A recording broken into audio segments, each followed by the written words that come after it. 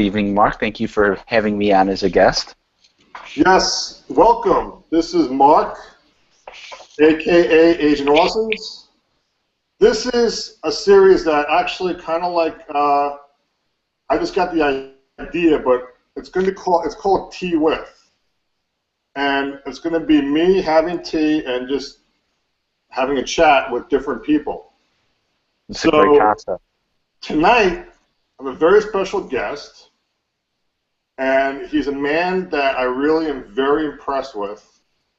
And tonight's episode is called Tea with Kran. Let's all welcome Kran. Kran, introduce yourself for the audience. Hey, thank you, Mark, for the warm introduction. I really like this concept that you have here. So, a little bit about myself. I'm born and raised in the U.S. I'm currently residing in Chicago with a lovely wife and 2 children. I'm also part of Team Awesome. And, I'm just looking to add value to people's life. Thanks for having me. Okay, Kran. Why don't you tell people your interpretation of a thinking mind? Well, that's a great question, Mark. So you want to look at the mind as there's two different types of minds. There's the physical mind, which is the one that you probably utilize to go ahead and think and to analyze and to process information. And then there's also what we look at as the higher mind, which is more of on a conscious level. You want to look at that as, being in tune with whatever higher power you want to look at it as at. So on Earth, and just going through our day-to-day functions, we typically will use our thinking mind, that physical mind. What we have to buy for dinner, what do we have to do for the weekend, things of that nature. That's, using that, the more the physical element of the mind. But then you also have that higher mind.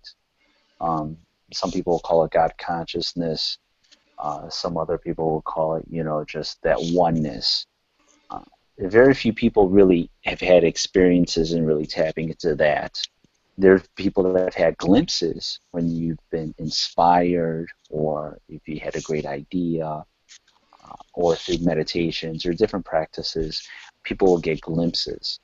When we look at masters from all over the world and they describe the different aspects of what we call enlightenment, that's really tapping into more of the higher awareness, that higher mind. So when you look at the two minds, you can actually utilize them both. You need the physical mind while we're on the physical plane. However, it should be used as necessary and not overutilized, which is what a lot of people do. And that's what causes a lot of our stress, a lot of our issues, because we tend to overanalyze. So my suggestion to the people that I talk with is simpler is usually better. And even with the group that we're talking with in general, with our mastermind group, it's bringing an awareness to every situation. When you bring that awareness into different areas of your life, you're able to manage it in a much more effective rate. You're able to think clearly. You're able to process the information better. And this is what I mean by utilizing that little bit of a higher mind.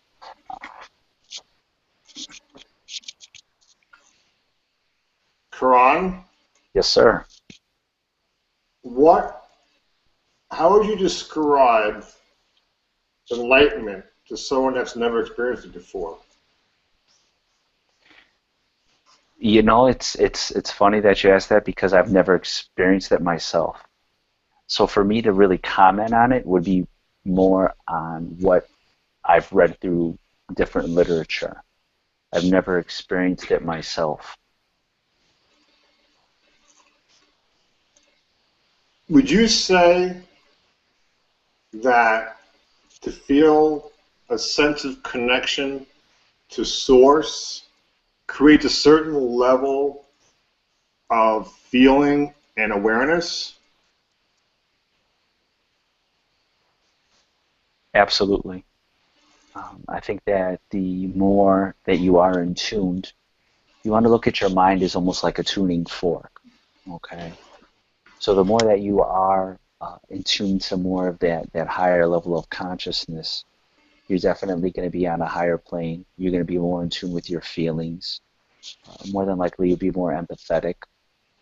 And just overall, I think that people that are able to really get in tune, they're going to live life more to the fullest. They're going to live kind of like a child, if you think about it. Because, childs, if you ever watch a child run around and go about, they they play with such curiosity. They play with no fear. It's just it's being completely in the moment, enjoying everything that's at that present moment. Without worrying about the bills that need to be paid a week or a month in advance, or if you're going to get into this school, or what are you going to eat for dinner. They're just solely focused on that current situation. So when you're able to tap into that, you're absolutely able to experience things at a higher level.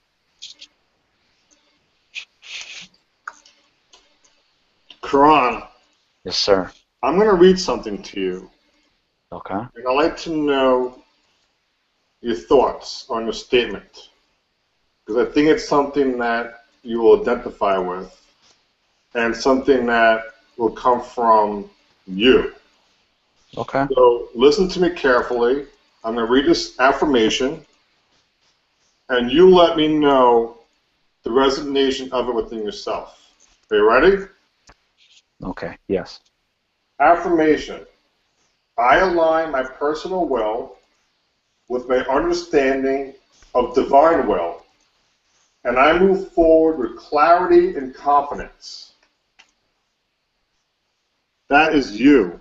Now, what is it about that you associate yourself with?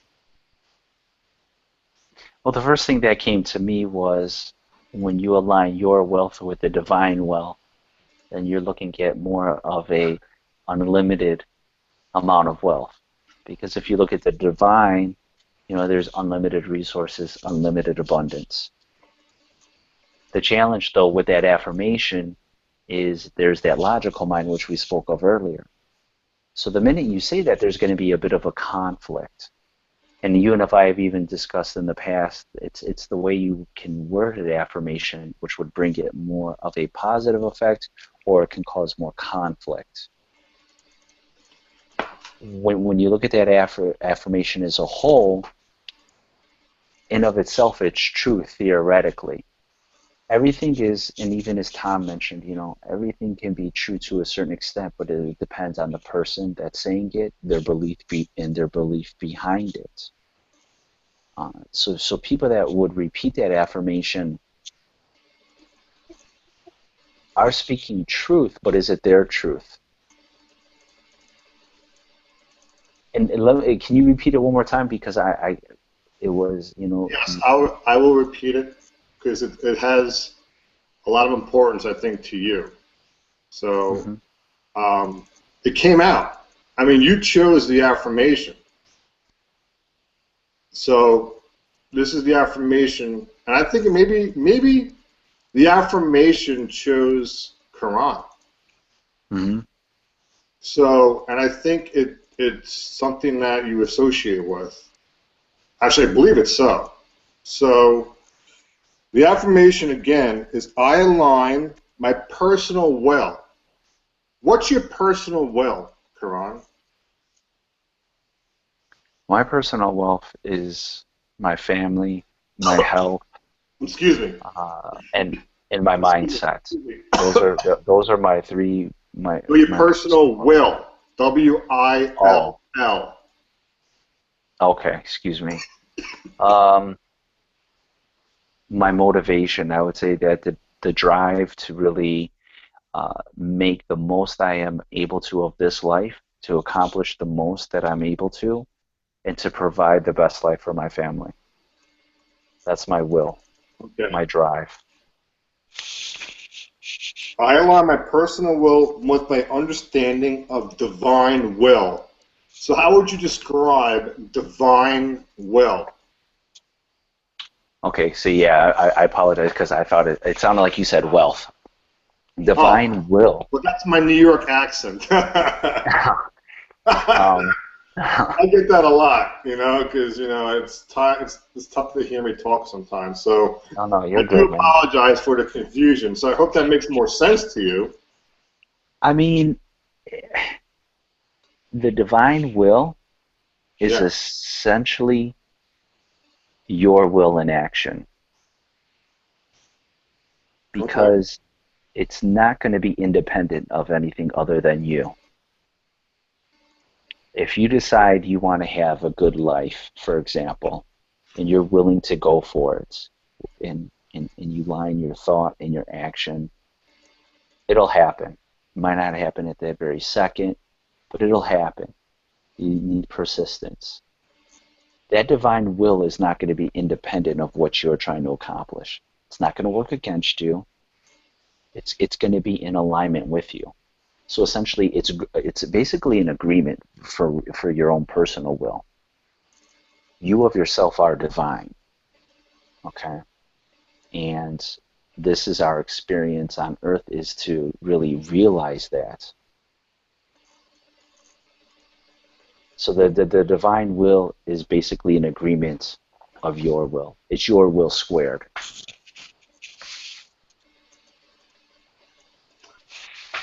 And finally, the last statement for the affirmation, Hmm. and this I think is a key element, and I think it relates to the focus of this week's readings. Hmm. And I move forward with clarity and confidence. Mm. Now that sticks to me, and that's something I can really relate to, just in my own personal life.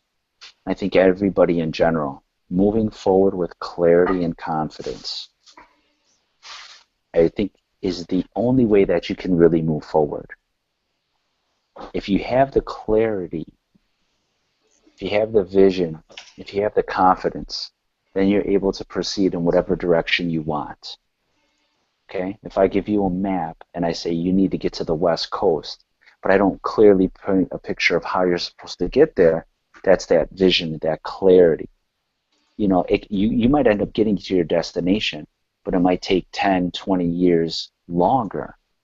So that's where that vision, that clarity can really come into effect. Confidence is what's essential in order to move on that vision. You could have that clear vision, you could have that clarity, but if you're not going to have the confidence to take that first step, you're just going to see it from a distance.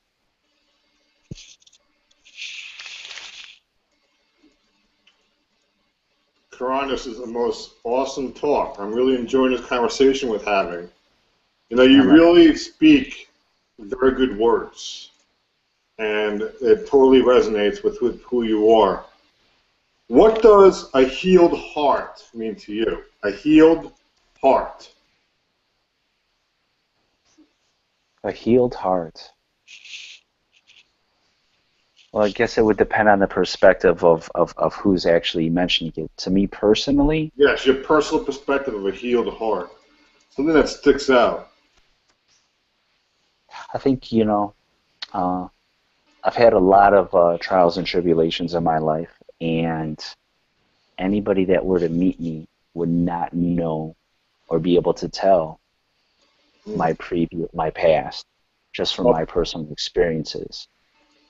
I've been able to really not allow uh, trying circumstances to really affect my heart. So when you say healed heart, I think that would really go down then more of on a subconscious level. And that's one thing that I've been working with when it comes to wealth, with confidence, with vision. with everything. And I think not just myself, but people in general. When you're able to get to that healed heart aspect, I think you're able to heal that inner child that might have been injured while they were younger.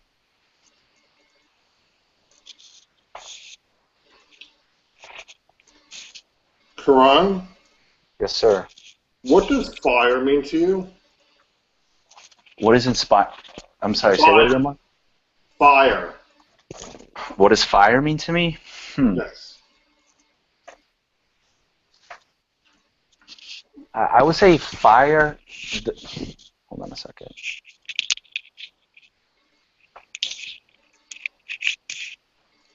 Fire itself.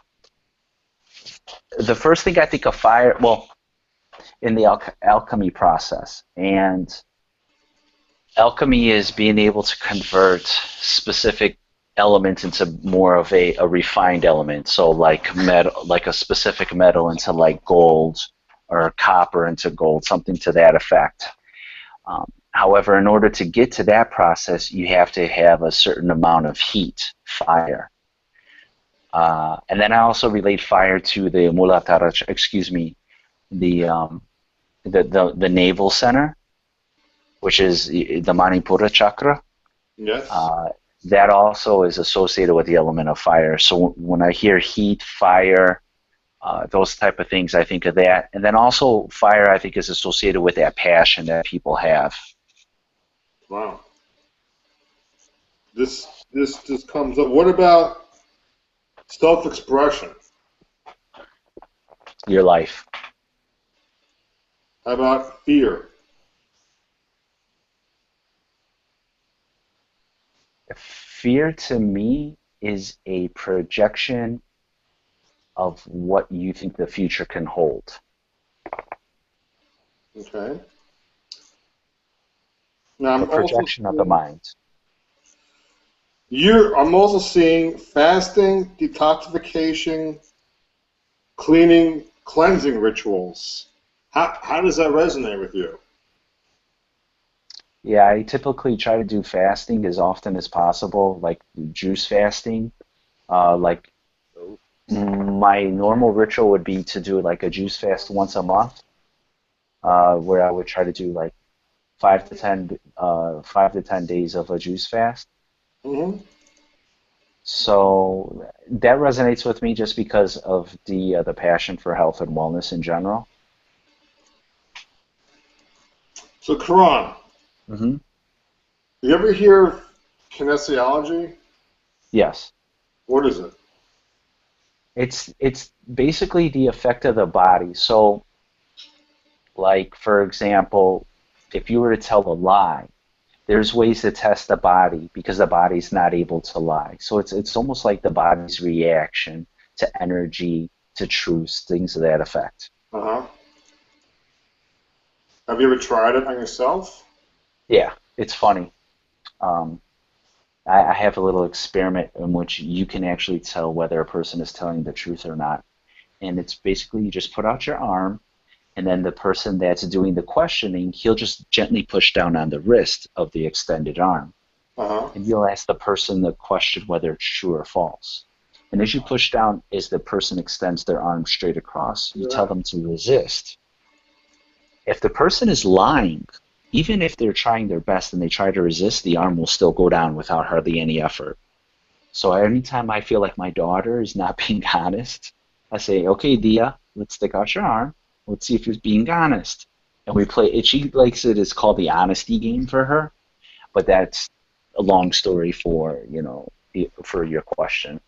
I gotcha. Well, listen, I've been practicing something, and actually, it's pretty amazing because you've been speaking truth from yourself. You kind of like, wow, you affirmed what you're saying. I've been playing around with this crystal I got, this pendulum, Hmm. and I wrote down a Y and an N. So as you're talking, and the actual pendulum has been going more towards the Y, and not really towards the end. Like it would go towards the end and bounce back to the Y.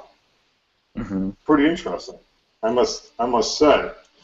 So Karan, you like to meditate, right? Yeah, I really try to incorporate it as often as possible. And let me ask you a question because I'm seeing a lot of things over here, and about you, and you know, and about what you've been telling me and stuff like that. And I'm getting really good sense about what your purpose here is and stuff. Do you have some clarity on your purpose? Yeah, absolutely. And then And it's it it requires is meditation and yeah, that's part and of it. enlightenment Hmm. and leading Hmm. impurities or getting rid of impurities and wow, energy patterns in the aura. Do you know what the aura is? Yes. Can you feel someone's aura? You can. It depends on obviously how sensitive you are. But yeah, absolutely. Have you? Um, Me, no, no. You I've have? seen auras at times, uh, but I've never felt, no, Are you sure? not that I'm aware of. Have you been around someone negative? Yeah, absolutely. What does it feel like? You just, it's that sense, you, What does it feel like when you're around someone negative? So let's say that you're like you work in an office, right? correct. And there's other people around you. Hmm. So you go to work, you sit in a cubicle, you sit in an office. Cubicle. How many people around you in the cubicle? Uh, 6. And let's say someone is negative and they walk by you, or they go into a cubicle. Hmm. What does it feel like? It can have different effects. One, it could make you, yeah, you could be less energized. You could actually feel down. All right. Um, you could actually could affect you So mentally your where, your aura is actually feeling that person's aura, and you're feeling the negativity of the other person's energy. hmm.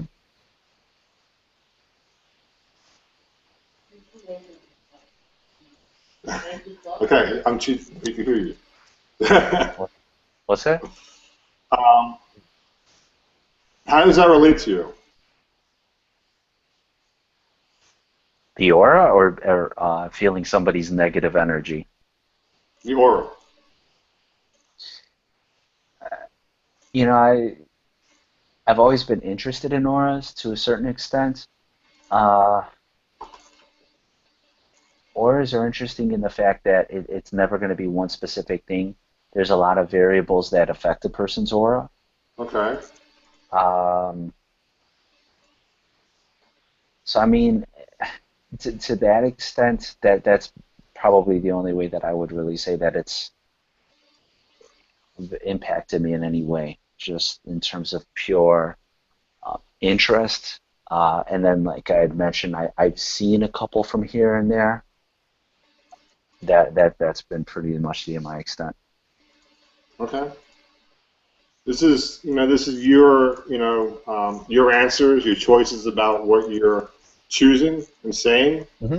And so far you've actually been speaking really spot on about all these topics and stuff. And I have a kind of a question Sure. that I want to ask your interpretation about. And it's a download that came to me when I was in the car. Hmm. And it has to do with do you believe in the term that we've been talking about, sometimes called heaven on earth? Do I believe in heaven on earth? Yes. Uh, Heaven on earth is essentially going back to the conversation regarding the minds. When you start living from the higher minds, okay, that are higher awareness, if you will, you start then living heaven on earth. I think heaven and hell is both on earth, and it's up to interpretation on the choices that you make, the awareness that you bring, your perspective you bring to a situation. For example, Tom even gave a great example. If one person buys a car and it's their dream car, and another one buys that same car just because they might be struggling financially or that's the best they could do at the time. For one person it's heaven on earth, and then for the other person it's more of a, okay, well, this is what I can use to get by. So again, it's all based on interpretation.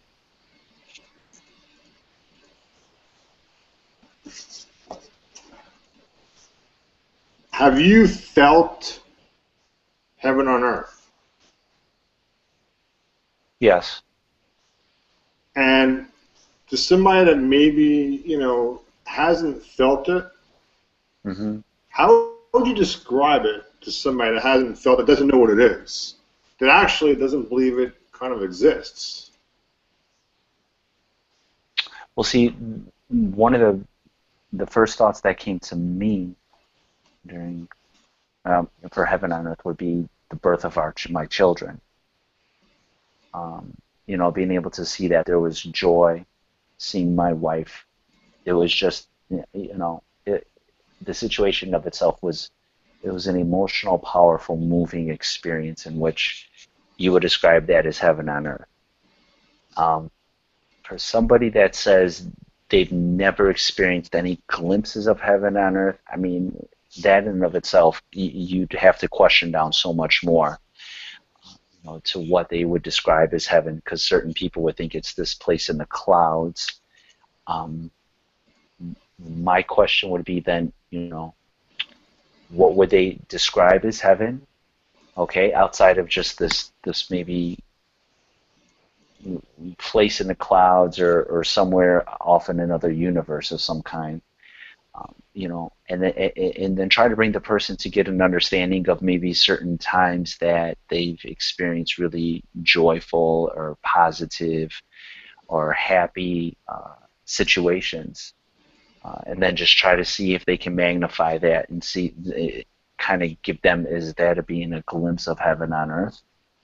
Um, Also, I just would say, and I would encourage them to meditate, because through meditation, when you delve within yourself, that's where true heaven is, or paradise, or just everything. So for somebody that says, what is it? I've never experienced it. I don't believe in it.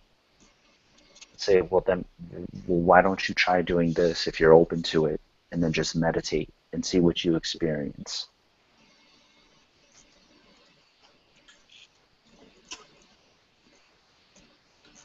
That's a very good answer because it resonates with Quran.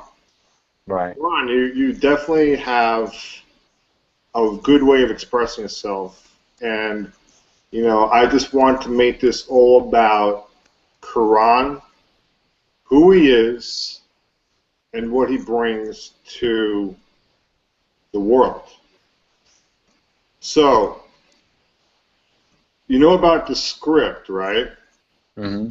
And this script is referred to as in different faiths as different things.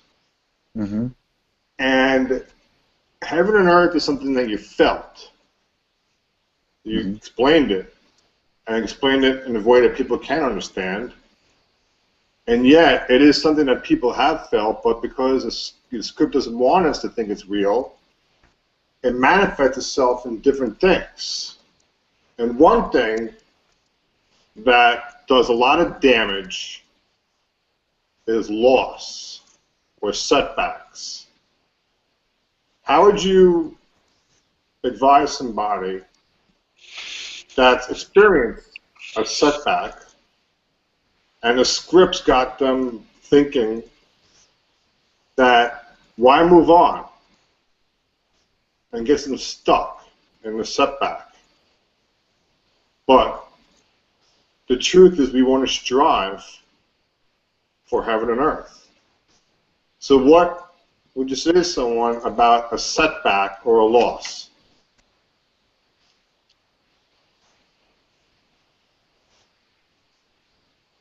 Well, a loss can only happen if you feel that there is some form of maybe ownership.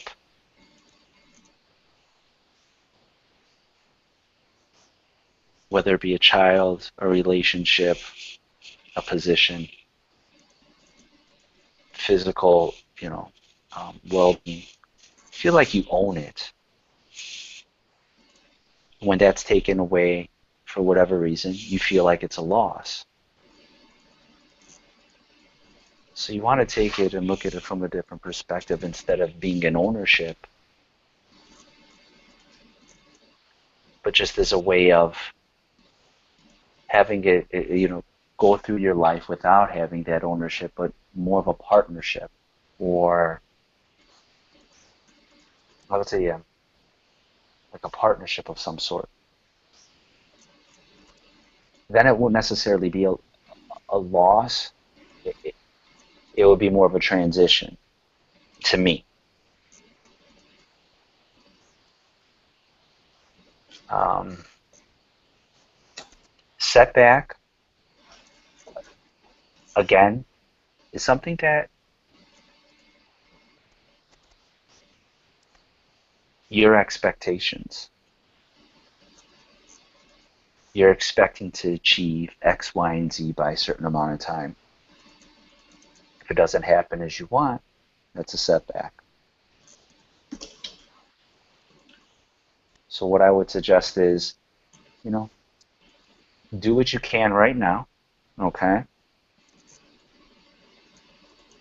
With an open mind and faith that everything is working out for your best interest.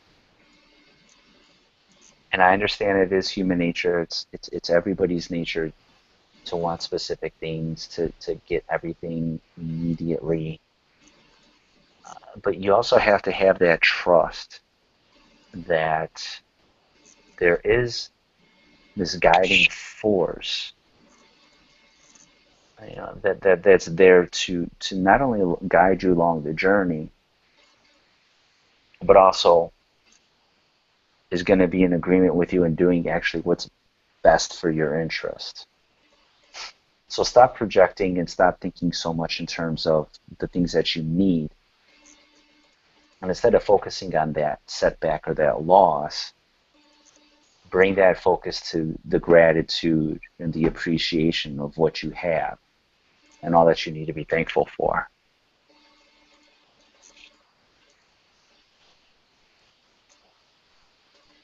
Wow, Kran, that was most impressive. You're going to change a lot of people's lives. And some things that we have to bring out in you a little bit more is, what does psychic ability mean to you? That's more of with your intuition again, and that ability to tap into the higher consciousness. We all have the capacity to do it, but a lot of people just don't utilize it. If you ever see ants crawling in the ground, and then all of a sudden, a couple hours it rains, it's nature. It's that governing force. We all have it. We just either will ignore it when you have that gut feeling, or we won't pay no attention because we don't believe. But it's there, obviously. It's been proven. So, um, you know, intuition, psychic ability, that all I think goes along the same lines. Well, so far, Karan, these are things that you have the ability of. You Hmm. have a psychic ability. You work with people's auras. You work with their energy. You're involved in helping people with fear and self-expression. And also you're involved in the purification of people with inside. So pretty much I see a lot of holistic type of things over here that resonate with me, and in terms of like bringing people into knowledge of divine will through the use of meditation, through the use of juicing and cleansing. Hmm. Um, and also in terms of reaching enlightenment and leading people. I think that once you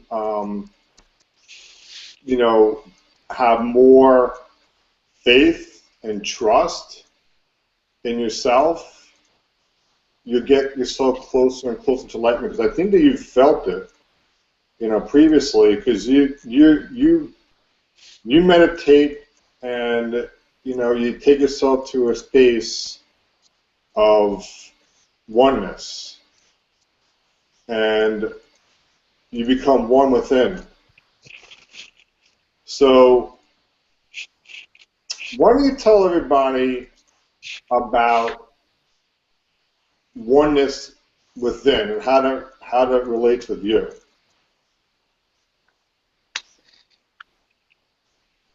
When you say one is it within, I interpret that, or the way I view that is, you know, silencing that aspect of the mind we were talking about, the mind that we use to reason and to make decisions, those kind of things. When that slowly starts to silence, you want to look at it. A good narrative is your mind is like a pond, okay?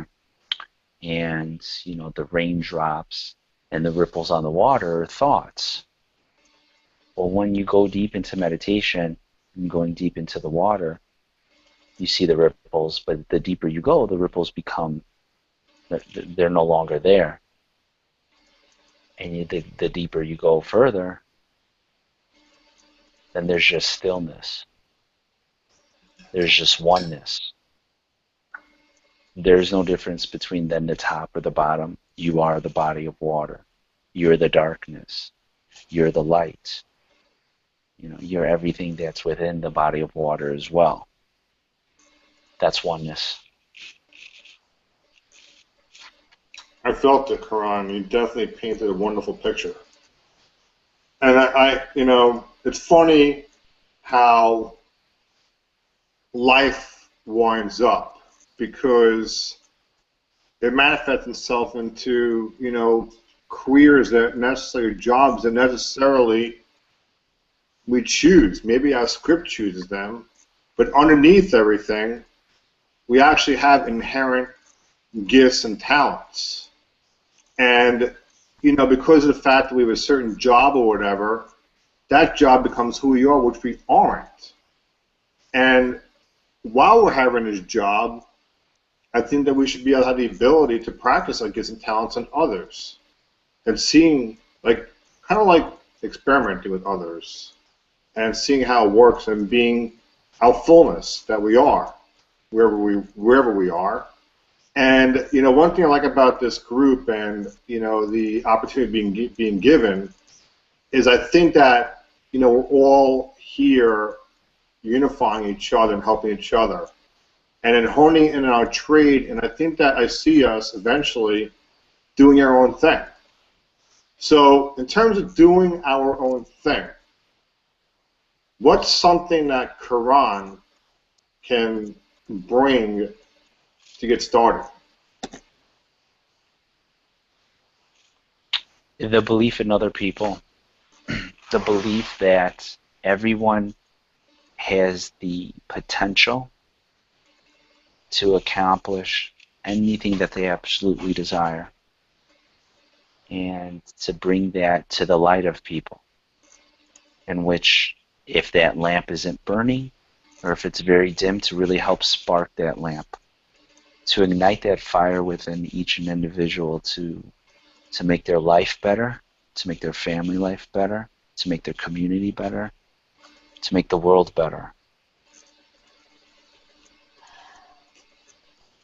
That sounds like a most awesome mission, Kran.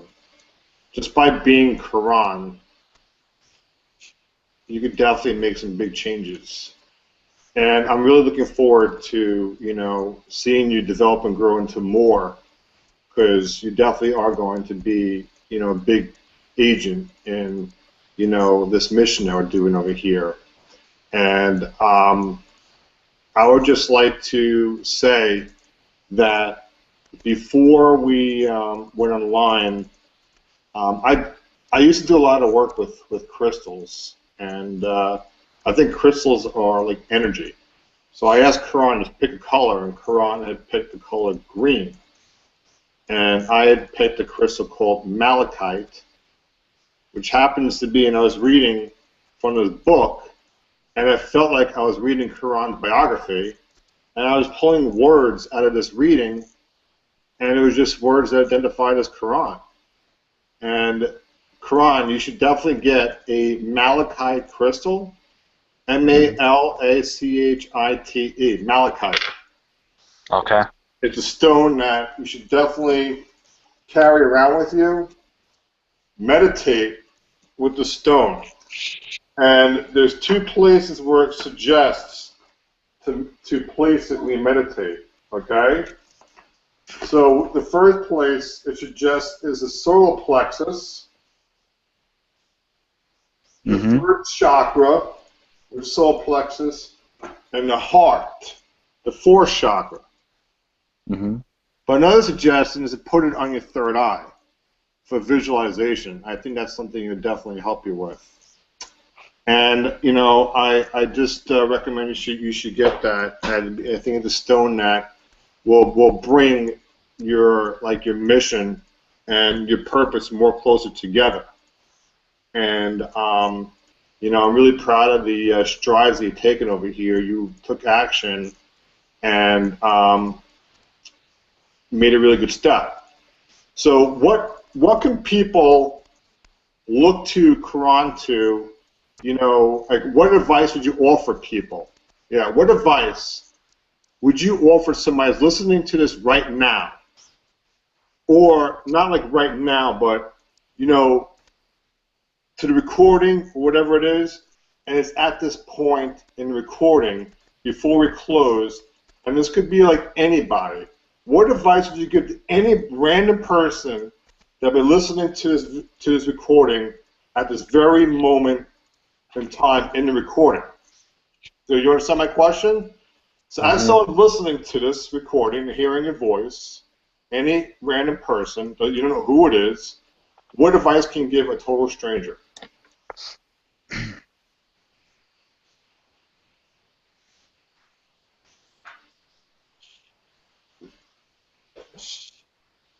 My advice would be that that's never too late. That you could be 18, 25, 50, 75. It's never too late to still utilize and to make the most out of where you are in your current situation.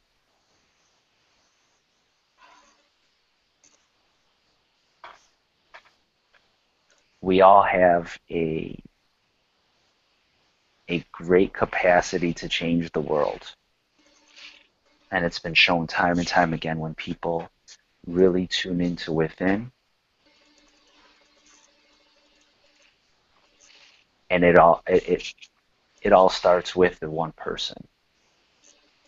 Because if everyone thought that it was either too late or they weren't good enough or whatever the case may be, we would probably be still living in the Stone Ages to a certain extent. But it was people that really was courageous enough and brave enough and believed in themselves to really make the world a better place.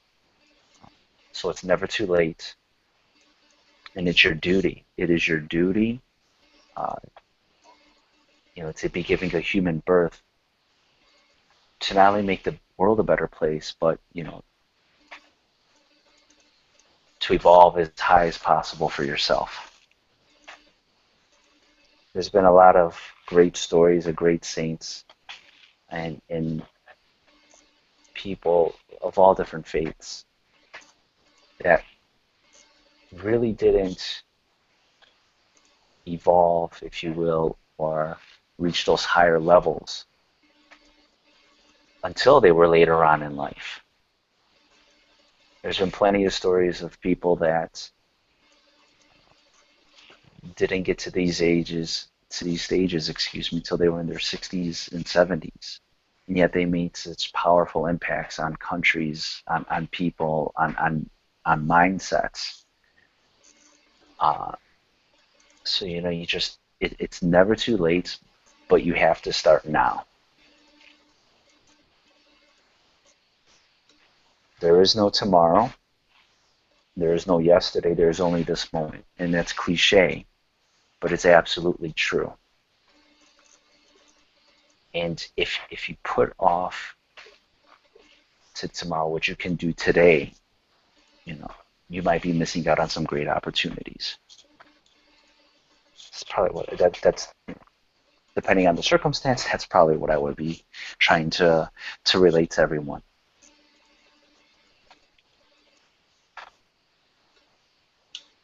Kran, Yes, sir. that was awesome. You spoke from a place of oneness inside. And I was doing some testing over here, and it was pure, genuine Quran. And I think that whoever is listening to this, whatever time, period, age, year that it is, you change or inspire somebody, and they'll think in a certain way, and they'll say, "Thank you, Quran." And I thank you, Quran, for being so brave, for going on this call at the last minute without knowing anything, for being Quran. So we thank you, Quran. The world thanks you for your contribution, for being you. Appreciate You you, have Mark. any last word to say, Quran? No. Silence is the best. Okay. So that was Quran, our own Quran, and this was Tea with Quran. And we're signing off over here. And have a good night, good morning, good afternoon, good evening, and blessings.